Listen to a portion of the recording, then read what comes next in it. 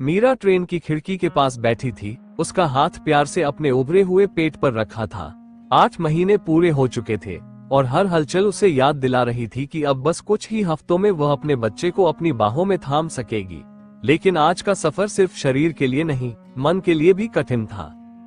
वह लौट रही थी अपने गांव, अपनी माँ के पास, शहर में उसने बतौर शिक्षिका अपनी पहचान बनाई थी।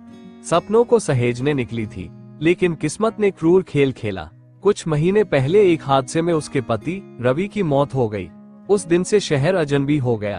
अकेली, गर्भवती और टूटी हुई मीरा के लिए अब एक ही सहारा था, अपना गांव, जहां बचपन की यादें और माँ का प्यार उसका इंतजार कर रहे थे। ट्रेन अपने रास्ते पर दौड़ रही थी। खिड़की से बाहर देखती मीरा पुरानी यादों में खो गई। लेकिन तभी एक झटका लगा। ट्रेन अचानक रुक गई। आसपास हलचल मच गई। लोग खिड़कियों से झांकने लगे। कुछ देर बाद एक वर्दीधारी आदमी डिब्बे में आया और गंभीर आवाज में बोला, आगे भूस्खलन हुआ है, पटरियां बंद हो गई है, हमें यहाँ कुछ समय रुकना पड़ेगा। मीरा ने बेचैनी से पेट पर हाथ रखा। शरीर पहले ही थका हुआ था और अब हल्के हल्के दर्द शुरू हो रहे थे। वह गहरी सांस लेने लगी, खुद को शांत रखने की कोशिश में। लेकिन तभी एक तेज दर्द उठा, इतना तीव्र कि उसके मुंह से हल्की चीख निकल गई। पास बैठी एक महिला घबरा गई। क्या तुम ठीक हो?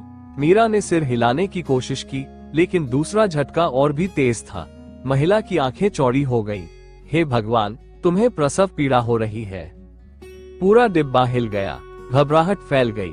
किसी ने गार्ड को बुलाने के लिए दौड़ लगाई। कोई डॉक्टर के बारे में पूछने लगा, लेकिन इस वीराने में अस्पताल या मदद की कोई उम्मीद नहीं थी। तभी एक बुजुर्ग महिला भीड़ से आगे आए। उनकी आंखों में अनुभव की चमक थी। डरो मत बेटी, मैंने कई बच्चों को जन्म देते देखा है। हमें कुछ कंबल, गर्म पानी और थोड़ी जगह चाहिए। वहां बैठे यात्री अब अजनबी नहीं रहे।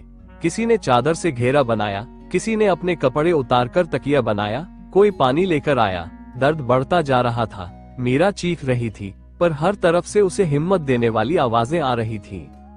तुम कर सकती हो, गहरी सांस लो, हम सब तुम्हारे साथ हैं। और फिर दर्द, डर और अनिश्चितता के बीच ट्रेन के डिब्बे में एक नन्ही सी किलकारी गूंजी।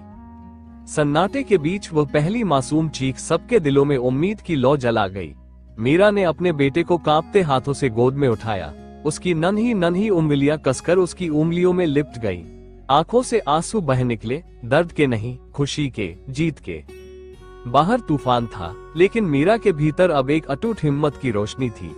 वो इस सफर से डर रही थी, पर आज उसने जाना, जब मुश्किलें आती हैं, तो अजनबी भी अपनों जैसे बन जाते हैं। कुछ घंटे बाद जब पहली किरणें आकाश पर फैली, ट्रेन ने फिर गति पकड़ ली।